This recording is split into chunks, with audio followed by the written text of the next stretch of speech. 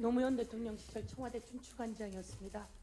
대통령께서 해외 순방을 가실 때는 대통령 전용기에 기자분들이 어떻게 배치되는지를 책임지는 일을 맡아서 했습니다. 저희가 탔던 대통령 전용기는 대통령 관계자들은 약 20에서 30 정도 타고 남은 자리가 100석이 훨씬 넘는 이코노미석이 있습니다. 거기에 기자분들이 타는 자리입니다. 그렇게 타라고 그 비행기는 만들어졌다라고 저는 생각하고 있습니다. 기자분들이 타는 그 자리에 기자분들이 당연히 비행기 탑승료를 냅니다. 그리고 취재하면서 들었던 비용은 마지막에 정산을 해서 모두 제출합니다. 대통령의 사유물이 아니지요. 순방을 위해 타는 비행기는 대통령의 사유물이 아닙니다. 그런데 대통령은 지인은 그냥 태우고 공영방송 MBC를 타지 못하게 했습니다. 촬영 기자도 취재 기자도 모두 타지 못하게 했습니다. 아주 치졸하고 졸렬한 이다 이렇게 생각하고, 이 부분은 대통령이나 홍보수석실에 할 수 있는 권한 밖이다, 저는 이렇게 말씀드리고, 이 부분은 직권 남용에 해당된다 이렇게 말씀드리도록 하겠습니다.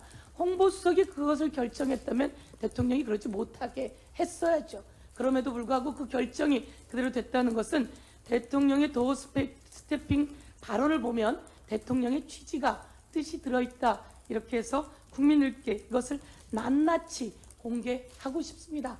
국민의힘당 국힘당 정진석 대표는 팩트 체크를 잘못했습니다. 처음엔 취재 제한, 언론 탄압, 언론 자유 탄압이라고 하는 기자들의 질의에 할 말이 없었던 것 같은데요.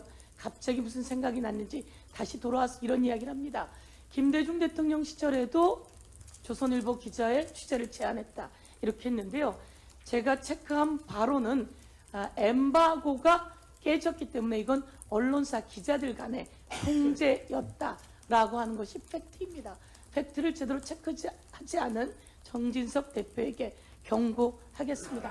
그리고 노무현 대통령 시절 기자실 이야기를 했습니다. 노무현 대통령은 취재 관련한 선진화를 준비했고, 그 당시에 각 부처에 들어가 있던 기자실을 통합룸을 만들어서 현재와 같은 기자실 취재 형태와 브리핑룸, 그리고 이런 취재 현 상황을 만들어냈다 이렇게 말씀드릴 수 있을 것 같습니다. 과거를 소환해서 윤석열 대통령을 보호하고 싶었던 것 같은데 그것은 아주 미천이 금방 드러나는 잘못된 팩트체크였다, 제가 이렇게 말씀드리겠습니다.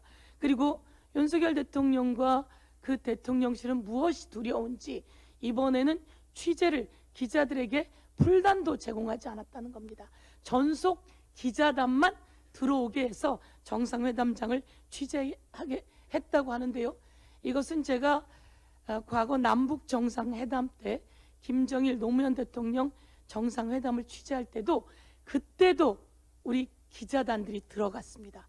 그때도 들어갔는데 지금 이렇게 2022년 이 상황에서 언론 취재를 막았다고 하는데 도대체 무엇이 걱정스럽고 무엇이 두려운지, 그것은 본인에게 모든 리스크가 있다, 그리고 본인 대통령실 주변과 그리고 여사의 그 상황에 있다라고 하는 것을 말씀드리면서 다시 돌아볼 것을 요구하겠습니다.